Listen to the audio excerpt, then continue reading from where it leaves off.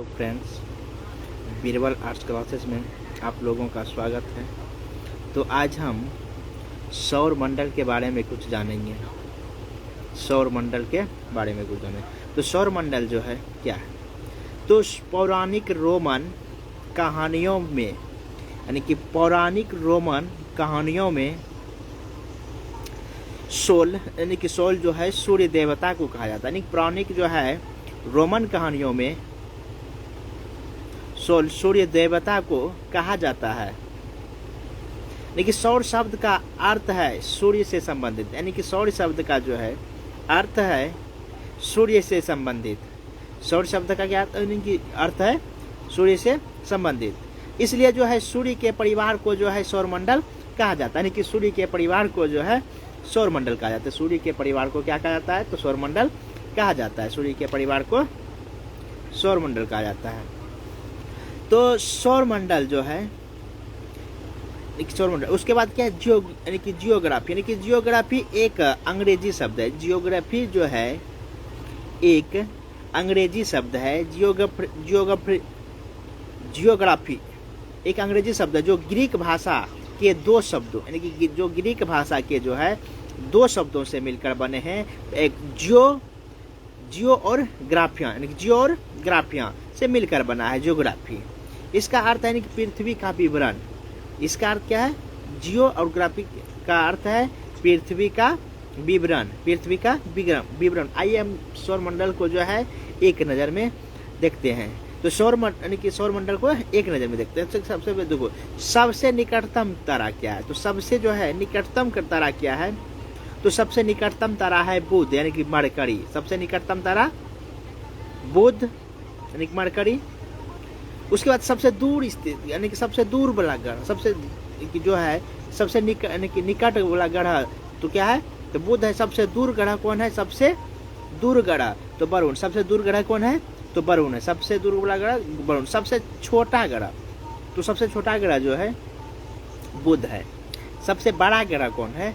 तो सबसे बड़ा ग्रह बृहस्पति है। सबसे बड़ा ग्रह बृहस्पति। सबसे छोटा ग्रह बुध। नीला ग्रह पृथ्वी। नीला ग्रह पृथ्वी या जल ग्रह पृथ्वी। नीला ग्रह हो या जल ग्रह कौन है? पृथ्वी। हरा ग्रह, यानी कि हरा ग्रह किसे कहते हैं? हरा ग्रह जो है वरुण को कहते हैं। हरा ग्रह वरुण को कहते हैं।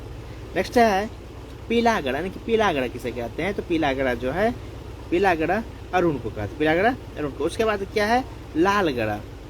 लाल ग्रह किसे कहते हैं? तो लाल ग्रह मंगल को कहते हैं। लाल ग्रह मंगल। उसके बाद सबसे भारी ग्रह कौन है? यानी कि सबसे भारी ग्रह कौन है? तो सबसे भारी ग्रह जो है बृहस्पति है। सबसे भारी ग्रह बृहस्पति है। सबसे भारी ग्रह बृहस्पति है। उसके बाद अनोखा ग्रह।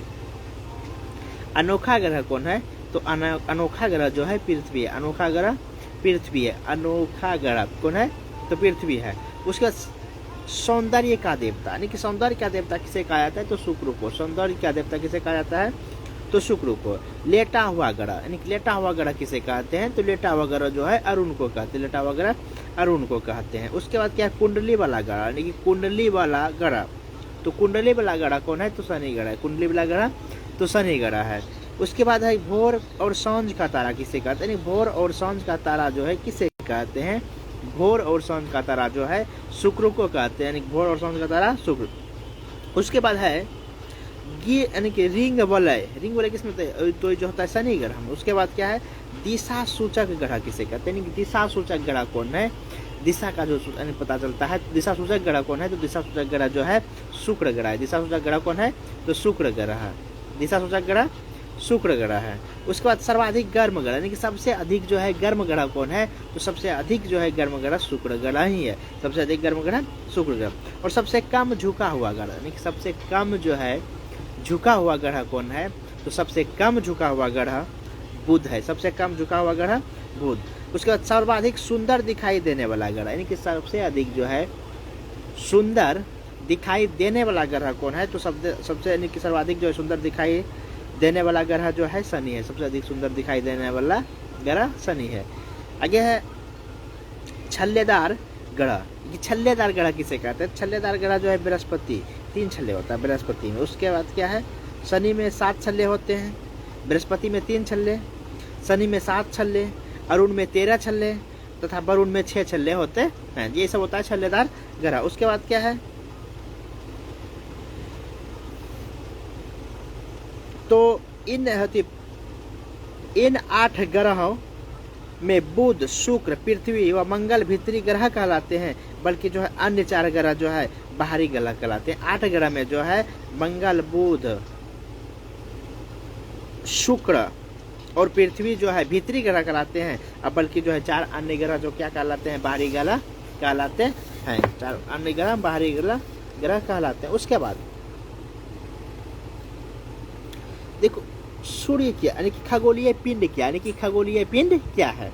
तो खगोलीय पिंड जो है क्या है, तो खगोलीय पिंड कैसे किससे कहते हैं, खगोलीय पिंड क्या तो खगोलीय पिंड यानी कि सूर्य, चंद्रमा तथा वे सभी, यानी सूर्य जो है, चंद्रमा तथा वे सभी वस्तुएं जो रात के समय आसमान में चमकती है। चंद्रमा तथा वे सभी वस्तुएं जो रात के समय आसमान में चमकती है, वह जो है खगोलीय पिंड कहलाती है। वह क्या कहलाती है, खगोलीय पिंड कहलाती है। उसके बाद क्या है, खगोल शास्त्री किसे कहते हैं, कि खगोल शास्त्री जो है किसे कहते हैं। तो खगोल शास्त्री जो है खगोलीय पिंडों एवं उनकी गति से संबंधित, खगोलीय पिंड एवं उनके गति से संबंधित अध्ययन करने वाले को खगोल शास्त्री कहते हैं। ये खगोलीय पिंडों एवं उनके गति से संबंधित अध्ययन करने वाले को खगोलीय शास्त्री कहते हैं। उसके बाद क्या, आर्यभट्ट, जैसे कि आर्यभट्ट क्या थे, तो आर्यभट्ट भी जो खगोल शास्त्री ही थे। आर्यभट्ट क्या थे, तो खगोल शास्त्री। जैसे आर्यभट्ट प्राचीन भारत के प्रसिद्ध खगोल शास्त्री, आर्यभट्ट जो थे प्राचीन भारत के प्रसिद्ध खगोल शास्त्री थे आर्यभट्ट। उसके बाद आर्यभट्ट ने कहा था कि सभी ग्रह तथा चंद्रमा, यानी कि सभी ग्रह तथा चंद्रमा परिवर्तित सूर्य प्रकाश के कारण चमकते हैं, यानी जितने भी ग्रह हैं या चंद्रमा सभी जो है परिवर्तित जो है सूर्य के प्रकाश के कारण चमकते हैं। उसके बाद तारा क्या है, तारा देखो, तारा के बारे में, तारा जो है कुछ खगोलीय पिंड बड़े आकार वाले तथा गर्म होते हैं। कुछ खगोलीय पिंड जो है बड़े आकार वाले तथा गर्म होते हैं। ये गैसों के बने होते हैं। किसके बने होते हैं, ये गैसों के बने होते हैं। इनके पास अपनी ऊष्मा तथा अपना प्रकाश होता है। इनके पास जो है अपनी ऊष्मा तथा प्रकाश होता है। तारा के पास जो है अपनी ऊष्मा तथा अपना प्रकाश होता है। इन खगोलीय पिंडों को तारा कहते हैं। इन खगोलीय पिंडों को तारा कहते हैं। नोट, यानी कि सूर्य भी जो है एक तारा है। सूर्य भी क्या है, एक तारा है। सूर्य भी क्या है, एक तारा है। उसके बाद सूर्य तारा है तो सौर मंडल के कुल द्रव्यमान का लगभग, यानी कि सौर मंडल के जो है कुल द्रव्यमान का लगभग 99.85% भाग सूर्य से संचित है। सूर्य जो है अपनी ऊर्जा का उत्सर्जन निरंतर, सूर्य अपनी ऊर्जा का उत्सर्जन निरंतर दृश्य प्रकाश, अदृश्य अपराज्य किरण, पराबैंगनी किरण, एक्स किरण, गामा किरण, रेडियो तरंगे व प्लाज्मा के रूप में करता है। उसके बाद सूर्य से संबंधित आंकड़े, तो देखो सूर्य से संबंधित आंकड़े क्या है, तो पृथ्वी से जो औसत दूरी सूर्य का कितना है, तो 149.6 मिलियन किमी, 149.6 मिलियन किलोमीटर। उसके बाद व्यास क्या है, तो देखो सूर्य का जो है व्यास क्या है, तो देखिए 13,92,700 किलोमीटर, 13,92,700 किलोमीटर इसका व्यास है। उसके बाद पृथ्वी की तुलना में व्यास क्या है, तो पृथ्वी की तुलना में जो है सूर्य का व्यास कितना गुना है, तो 109 गुना है पृथ्वी से बड़ा सूर्य। उसके बाद परिक्रमा की अवधि क्या है, सूर्य की जो परिक्रमा की अवधि क्या, परिक्रमण की अवधि क्या है, तो उपाधि क्या है, तो परिक्रमण की जो अवधि है 250 मिलियन वर्ष, 250 मिलियन वर्ष। देखो सूर्य क्या है, तो सूर्य जो है सौर मंडल का प्रधान है। सूर्य क्या है, सौर मंडल का प्रधान है।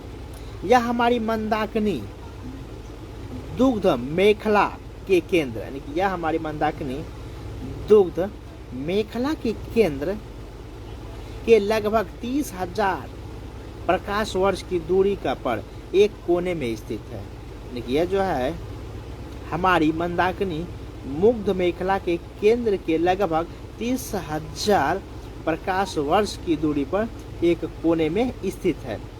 सूर्य के वह भाग जो हमें आंखों से दिखाई पड़ता है उसे प्रकाश मंडल कहते हैं। प्रकाश मंडल किसे कहते हैं?